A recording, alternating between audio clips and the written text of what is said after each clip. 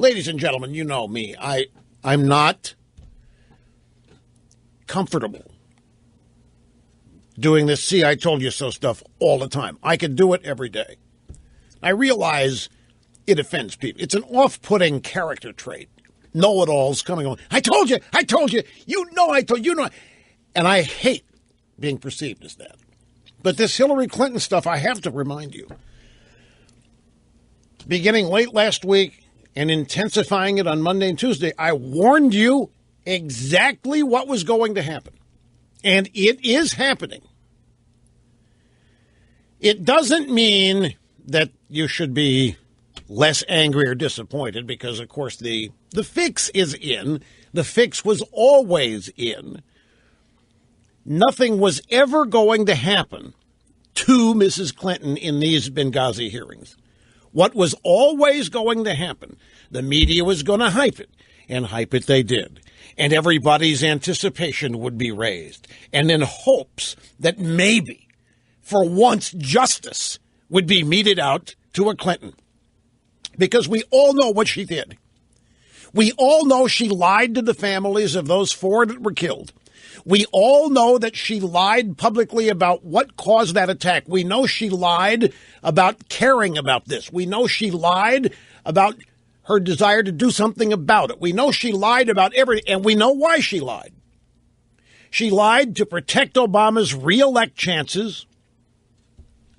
Later that year, in 2012, they lied about the cause of what happened in Benghazi in order to protect Obama because their theme for the convention and the campaign had already been established. GM's alive, bin Laden's dead. They could not permit the public to perceive that terrorism was up and running and beating us anywhere after Obama was running around crowing about stopping it and killing bin Laden. So she lied. She lied to the American people. She lied to the families involved. And they lied, and Obama lied, and they kept lying for 2 weeks, and everybody knew. And so everybody had expectations and hopes that this would finally be illuminated and illustrated, and maybe even Mrs. Clinton forced to admit it in the hearings that were yesterday. And I, not relishing the role of being the cold shower or the bucket of cold water, attempted to warn you and anybody else who would listen that that is not what was going to happen. And it was not because the Republicans wouldn't try. It's because the Republicans, for the most part, just don't know how to do these kinds of things. They did try. They did illustrate on a couple of occasions that Mrs. Clinton got caught in a massive lie. They illustrated a bunch of improprieties, and they demonstrated that Hillary Clinton has zero character. But none of it matters because of the way the media immediately began reporting it yesterday, last night, and into today. Exactly, and anybody could have predicted, not just me, anybody could have predicted that what was going to happen, that no matter what happened in the hearing, short of Hillary Clinton admitting it and asking for forgiveness, what was going to happen was that she was going to be portrayed coming off that debate performance, which was also no big deal given the opponents, the opposition. She was going to be portrayed as having stood up to this political firing squad of the Republican Party. They showered her with everything they've got, and she triumphed. And she is stronger than ever, and she made mincemeat out of them, and it looked like the McCarthy hearing. It was eminently predictable. And that's exactly what's happening. And accordingly, a lot of people feeling deflated, a lot of people feeling unhappy, depressed, sad, whatever, because they really, really thought, given the facts, that somebody was going to be held accountable. But once again, when dealing with the Washington establishment, which is run in toto by the Democrat Party and the American media, we find that facts are irrelevant. Facts are to be obliterated and maneuvered and bent, shaped, flaked, and formed. So the hope that Mrs. Clinton would finally be held accountable on a serious offense. Dereliction of duty, incompetence, irresponsibility involving the death of 4 Americans in a terror attack in a country she was taking credit for liberating. If anything seemed like a slam dunk, it was this. And yet, all it is another in a long line of the Clintons not just slithering out, but triumphing and able to rewrite history. To the point now that some leftist publications are blaming George W. Bush and the Republicans for Benghazi. All of it predictable, all of it predicted by me. Yet people are still depressed and down on it. And I understand it. I mean, even though I predicted it, even though I knew it was coming, it doesn't mean I'm sitting here unaffected by it. I'm just as ticked off as you are. And as frustrated as anybody else is about it.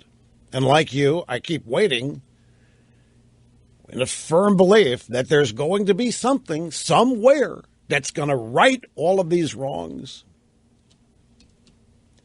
You know, I actually think it's my devout faith in God that makes me believe these things, that justice will eventually triumph and prevail.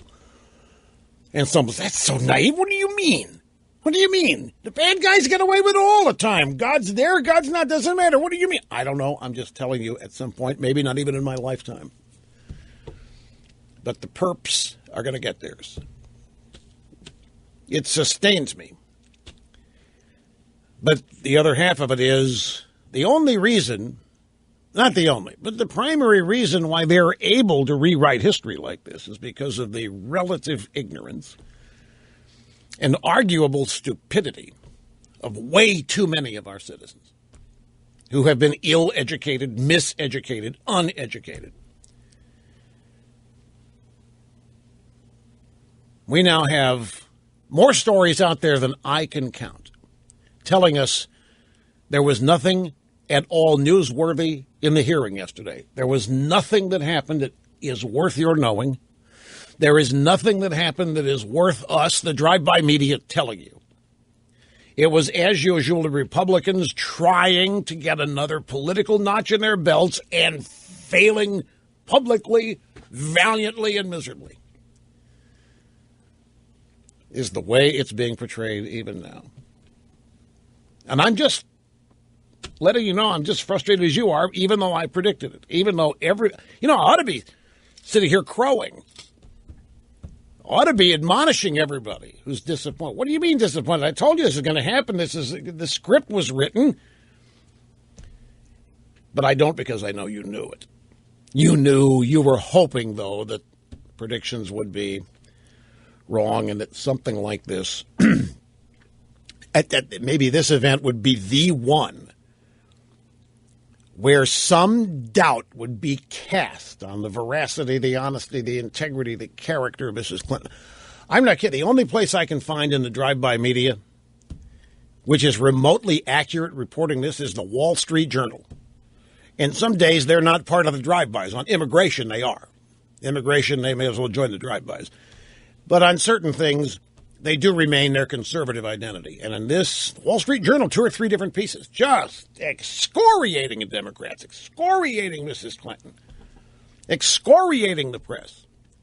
But everywhere else, even conservative media that rips what happened, leads off with, man, was she good. Oh, did Hillary put on a... She was restrained. She was mature. I about puked. And I don't remember where I read it. When I read some conservative pundit blog website praising her stamina for being able to withstand this all-out assault for 11 hours. Her stamina. She's a natural-born liar. What stamina? When telling the truth is the effort, and what takes work, Yesterday was a piece of cake. Quick timeout. Don't go way back with...